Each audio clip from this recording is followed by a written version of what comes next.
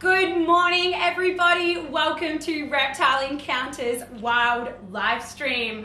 I hope you guys are keeping well and safe at home in this difficult time. And if you are looking for a little bit of excitement, make sure you are following us on all our social media. So subscribe to our YouTube channel.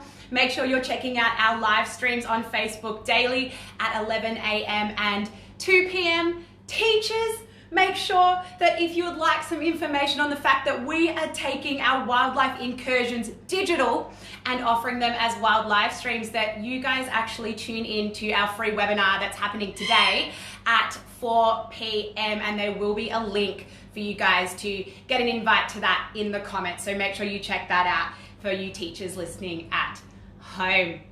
All right, I think I'm gonna get a little bit of a start. So I'm gonna reintroduce myself. My name's Tia. I'm from Reptile Encounters and I've been passionate about nature and its conservation for my whole entire life. And here in Australia, we have some of the most incredible, unique and endangered animals that aren't found anywhere else in the world. So I'm feeling pretty excited that today I get to share the wildlife that we share with our environments with today up close in your lounge rooms right now, because I'm sure you guys are feeling a little bit cooped up and it's really important that we stay connected with nature. Now, because it is back to school time, I am going to give you guys a little snippet on one of our primary school incursions, and this is in fact our life cycles show, and we usually present this show to grades 3 and 4, but it's super interesting for all year levels, and I still find out things every day where I'm like, wow, that is absolutely incredible. So it doesn't matter what age you are, please still tune in and have fun doing so. Alrighty, now life cycles. Everybody has a life cycle. All animals have a life cycle. We start off by being born, we grow, our bodies go through some changes, we might reproduce, we get old, and then unfortunately we come to the end of our life cycle. But if we have babies, that means that we pass this life on to the next generation and the life cycle keeps continuing and continuing in the great circle of life. Now, I said before, everybody has a life cycle. We are animals and we have one as well. And we are a special type of animal called a mammal. And there are a few different reasons why we are mammals. We have hair on our heads and we have warm blood running through our body. We're warm-blooded and we make our own temperature with our brains, which is really, really cool. Another thing that makes us a mammal is when we're babies, we drink milk from our mums. We are a type of mammal called a placental mammal, which means we have our babies growing inside our tummies or our uteruses for a really long time. We give birth and we start to care for those babies outside of our bodies straight away. I'm going to introduce you guys to a mammal. It looks very different from us. Don't worry, it's not me. Okay, it's a lot more fluffy and it's different to a placental mammal. And remember, that's the one that we are. All right, let's introduce you guys to Simon. Now, Simon is a creature you might find scurrying on your rooftop at nighttime. And he is a little species of possum. Look at that face. Oh my gosh, he is adorable. And Simon is actually full grown. He's not going to get much bigger than this. And that small species of possum I'm talking about, he is a sugar glider. And the name sugar glider actually tells us a little bit about him. He is a total sweet tooth. Okay, he loves to feed on sugary foods such as pollen and nectar. So that sweet yellow stuff right in the middle of the flower, he gets it on his nose and he'll actually spread that pollen or nectar to other plants and flowers, and he actually helps plants and flowers to grow, which is really, really cool. He's kind of like a little flower gardener, which is awesome. The second part of his name is glider, and what this means is that he can glide. He can't fluff these fluffy little hands and fly, but what he can do, if we can actually see right now, let's try and have a look at what I'm going to be talking about right now. Can we see that little bit of white skin? Can we see that little bit of white fluffy skin on his body right there? We can. All right, now what that actually is like kind of like a little marsupial parachute. So what he does, he'll stretch his arms and legs out like a star and actually make a little kite with his body. And what happens is the wind catches in these pieces of skin and he can jump off a tall branch and land over to a lower branch and glide for over 50 meters. And he's going to show us the rest of his body here right now, which is pretty amazing. Look at that. So cool. Okay, now I actually said the word just before and let you guys into a little secret. Now I know these guys might look like little mice or little rabbits, but they're not related to rodents at all. They're actually related to a really famous Australian animal that hops around and keeps its babies in a pouch. And I'm sure you guys at home are following along. They are related to kangaroos. I'm going to see if he wants to go back into his little pouch there so he feels nice and comfy. Now, and the reason why they're related to kangaroos, one of the reasons is because they also have a pouch, and mammals that have pouches are called marsupials, and this is where they carry their babies. Now, Simon is a boy, but if he was a girl, he would only be pregnant for about 15 to 17 days. That is not a very long time. And when their babies are born, they're like a tiny little pink grain of rice. Their eyes are shut, they're very underdeveloped, but they do have really big biceps. Okay, so when they're born, they actually use these strong arms to crawl up into the mother's pouch. And for the mum to help the babies do this, she'll actually lick a little pathway for the baby to crawl across, go into her pouch. It will attach to one of her teats and drink lots and lots of milk for up to 2 months. In this time, the baby will grow, it'll start getting its fur, and just before the baby pops out of the pouch, she or he will open his eyes and crawl onto mum's back and do a little piggyback.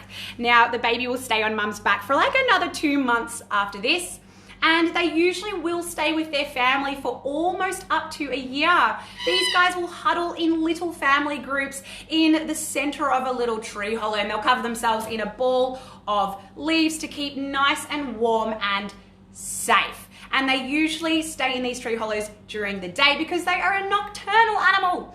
They are most awake at nighttime when they come out to forage for food. These guys will only have up to about 2 babies, and this is so that if there are predators around, they can still do that amazing gliding action from branch to branch to get away from predators, and they can protect their babies and still glide with their babies either on their pouch or maybe even on their backs, which is pretty incredible. All right, let's give a little up close look of Simon here again. Hello, sweetheart. Say hi to everybody. There we go. Let's actually show you guys. We might get him out of the pouch one more time. I know it's his bedtime, and show you that amazing tail. So you can see that tail coiling around my fingers here.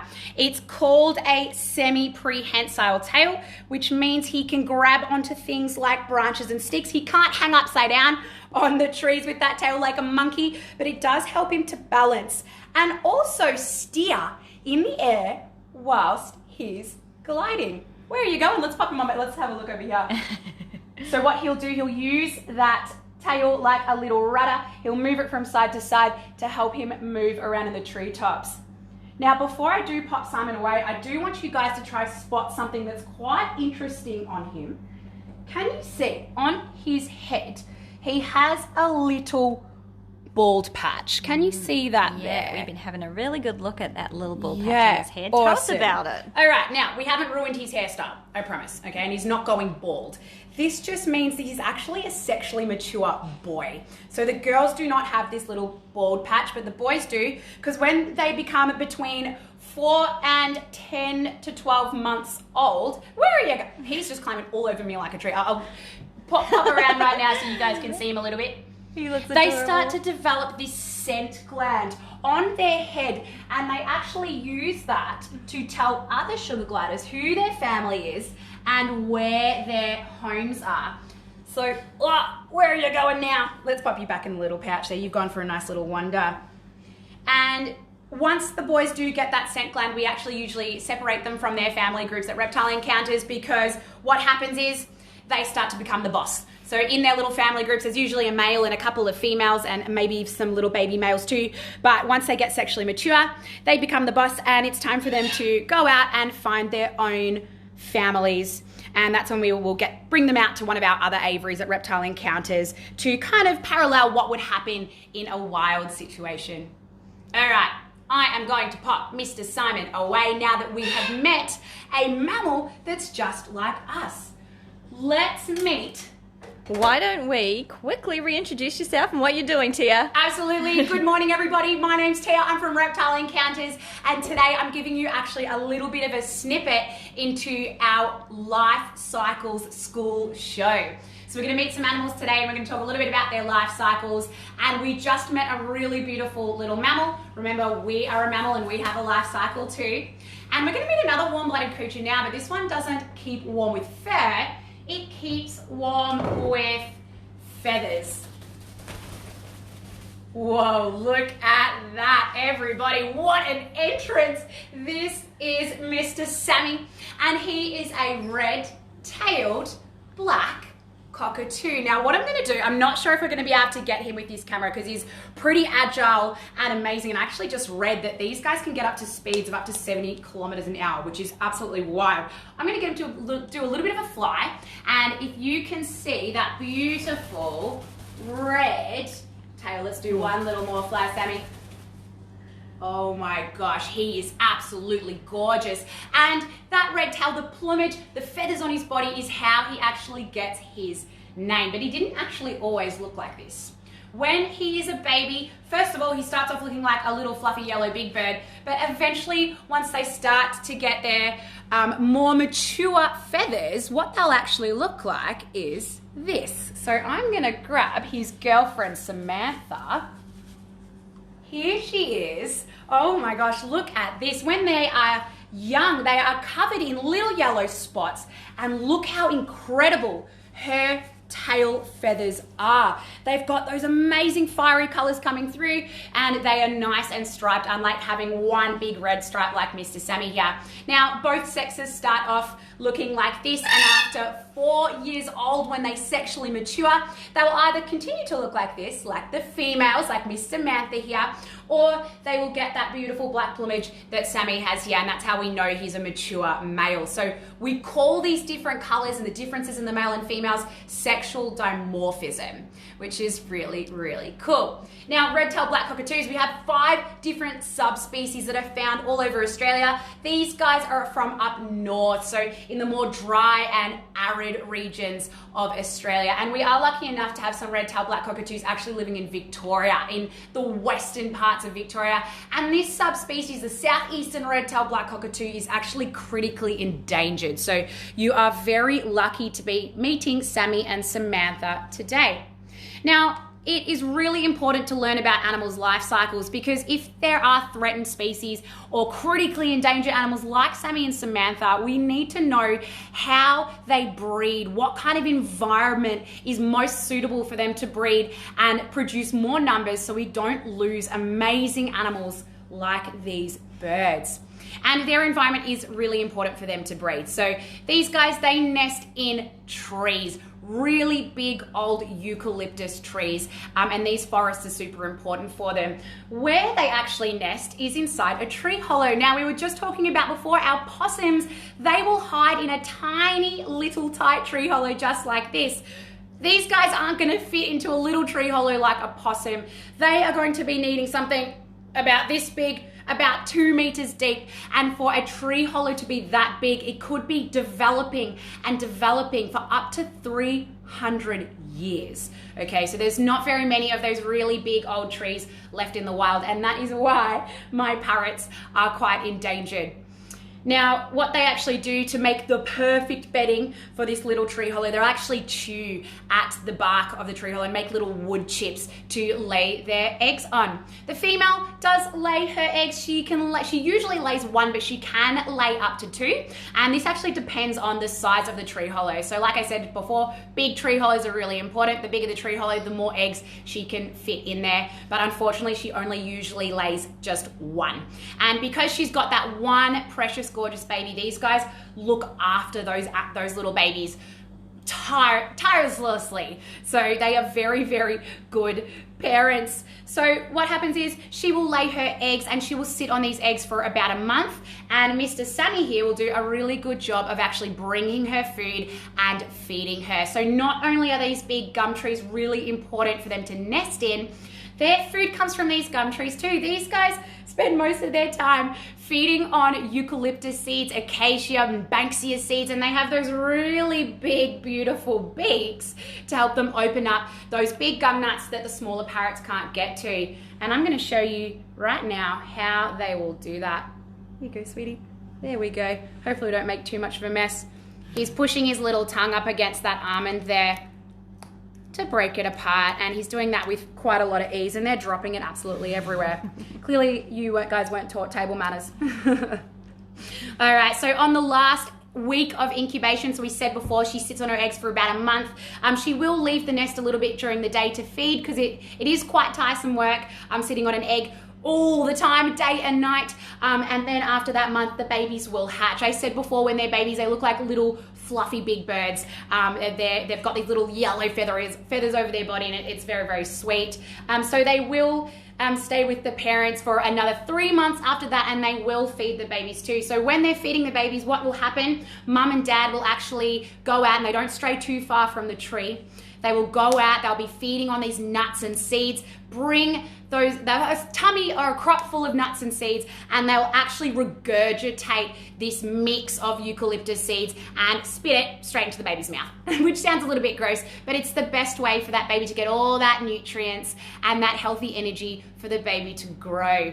Now, the baby won't actually grow its more mature feathers until another 3 months, and that's when they will start to fledge. So that means that they can start to fly and actually leave the nest, but they will be dependent on parents for quite some time after that. We said before, these guys stay in a family group for a while. Something really precious about this family is that, whoa, look at your crest. Did you guys see that? That was really, really cool. These guys are monogamous, which means that when they find the perfect partner, they will actually stay together for life. So that is really, really sweet.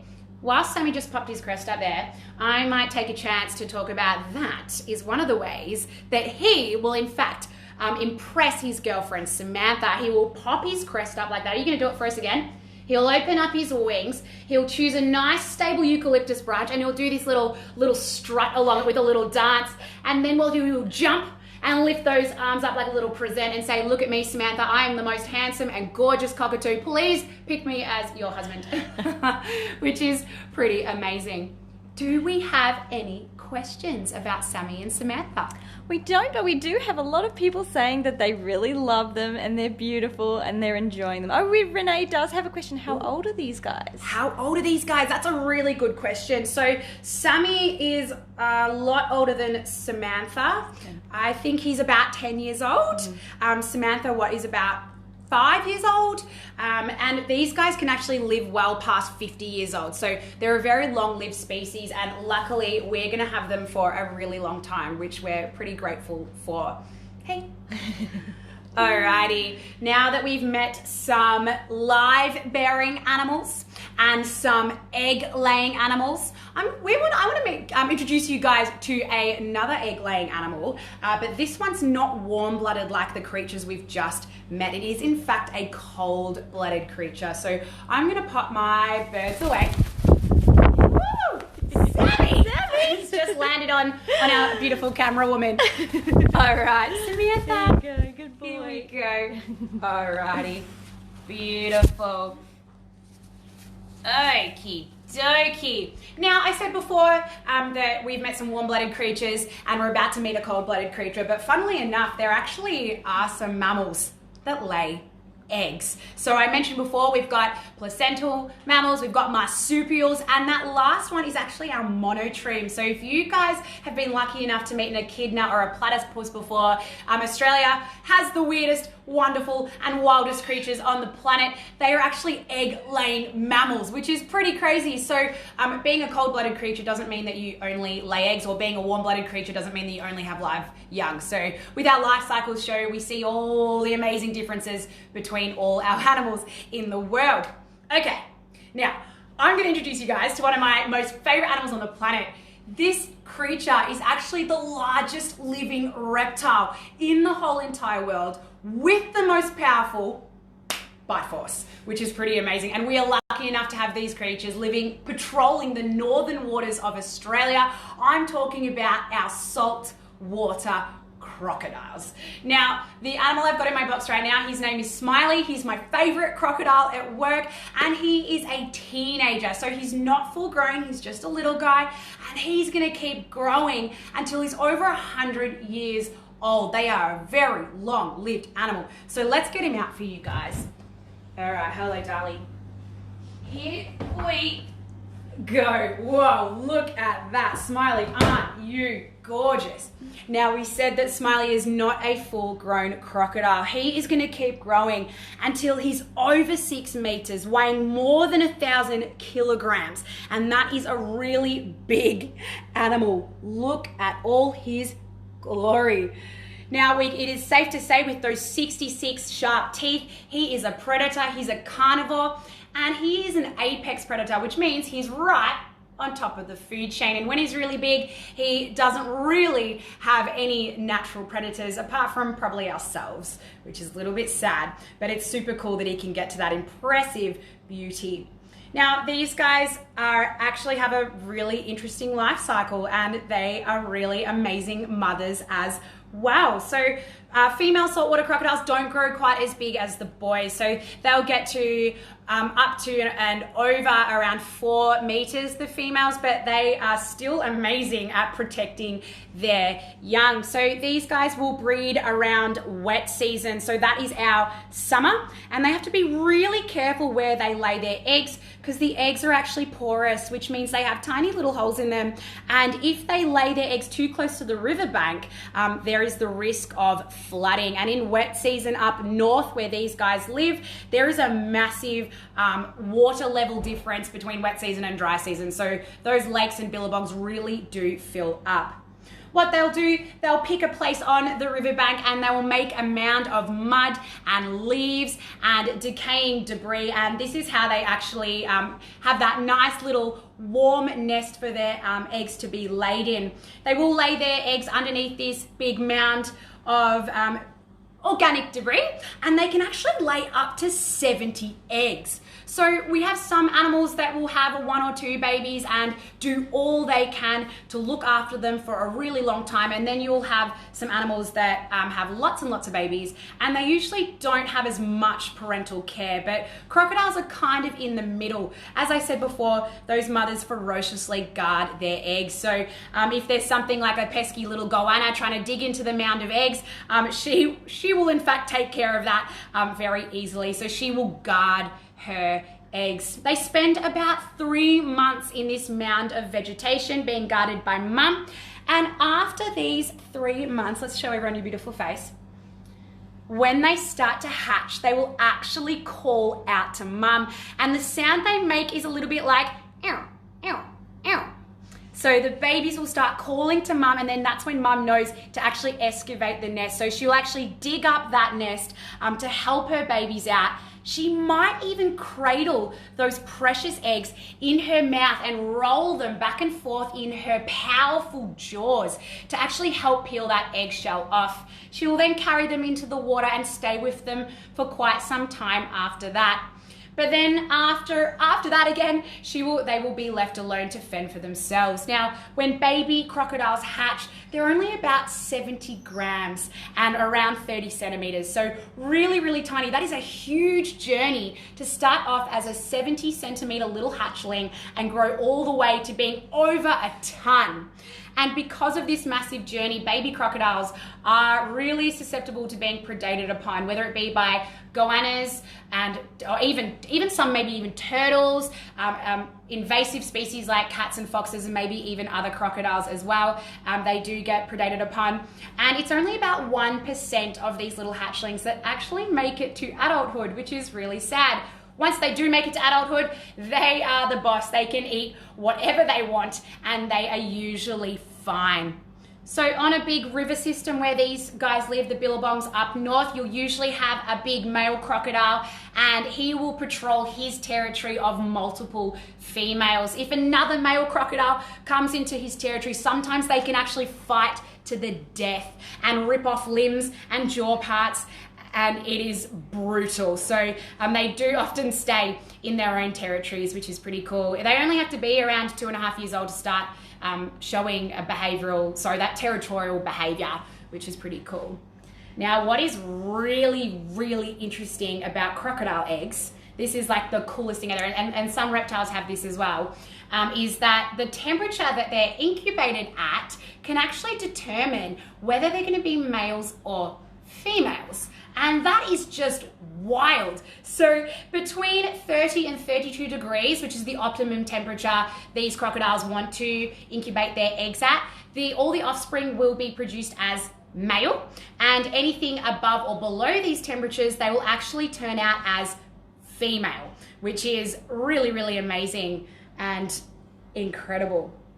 Speaking of little baby crocodiles, can you tell us a fun fact about Smiley? He makes a funny noise. Tell us about it. Oh, he does make a funny noise, and this is a really fun fact about Smiley, and one of the reasons why I love him so much. So he is over 10 years old now, and he is way too old to be making a baby sound, but every now and then when we get him out, he will actually do his little his little baby sound, even though he's way too old to be doing that, and it is absolutely adorable and completely melts my heart.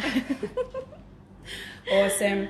I'm going to get you to zoom into his body because these guys have been around in Australian waters and on the planet for over 200 million years, virtually unchanged. Their design has helped them survive through a whole lot of amazing global changes. So have a look at that tail there. It is in fact flat. That's called a laterally compressed tail. When he moves it from side to side, he's an amazingly powerful swimmer. That's how we know that he spends most of his time actually in water. We can see he has webbed feet here, which helps him balance in water. He has these amazing bony osteoderms on the top of his body, and they are actually bony scales, which help to protect him. And the way they are designed, it actually helps him to break through the water without really making a ripple at all.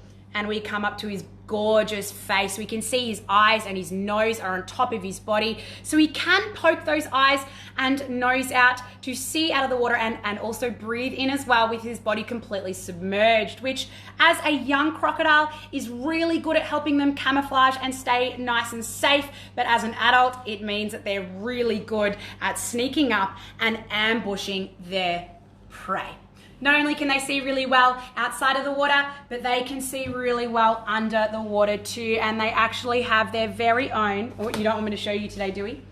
They have their very own pair of goggles. They actually have, let's see if I can do it, hold on. There we go, sweetheart. 3 eyelids, one that goes up, one that goes down, and a clear one that if he doesn't go to sleep, goes across. And he almost showed us there. Maybe there we go. Amazing smile. And he pops that on like a pair of goggles when he's swimming under the water. Alrighty. Do we have any questions about my beautiful Smiley? No, we don't, but you did talk about why he was your favourite. Are there any other reasons why he is your favourite crocodile? Why is he my favourite? So here at Reptile Encounters, I think the crocodiles pick us. So they all have different personalities and they all are comfortable with different demonstrators here at Reptile Encounters. I'm really comfortable with Smiley and I hope to think that he's also comfortable with me. Sometimes he likes it when not now. Sometimes he likes it when I hold his hand, which is really adorable. He makes that little cute squeaky noise that he sounds like a baby. And I just have a really big soft spot for him. And he is getting a little bit wriggly now. So I think I may pop him away and talk to you a little bit more about our life cycles. All right, in we go, Mr. Smiley. Woo! Even at this size, they can be extremely extremely powerful, which we just demonstrated right there. All right, I said before a little bit with my black cockatoos, it's really important to be learning about life cycles. Well, before we move on, we have a question about the crocodiles, third eyelid. Mm-hmm. Do they see better in or out of the water? Oh, I would actually probably, I'm not 100% sure on this. But I actually think out of the water, they see better. So that just works as like a pair of goggles, so they can see well underwater as well, but it's not like a fish where their lenses are specially designed to see under the water versus out of the water. They do see better outside of the water, but it still does help to also protect their eyes too when they're swimming, maybe if that river is a bit muddy and dirty as well. Cool. See where they're going. That was a question from Rachel. Thank you so much, Rachel. I love that question. And also that eyelid's called the nictitating membrane as well, which is super cool. Alrighty, now it is important to learn about life cycles and the perfect environmental factors that we need to make sure that our animals can breed. All animals in our world, they have a special role in keeping our environment healthy, and we don't want to be losing certain species because every single one of them makes our planet work the way it's meant to. So today we've met some animals that give birth to live young, that lay eggs. There are even some types of animals that have eggs inside their bodies, that hatch inside their bodies, and then they give birth to live young.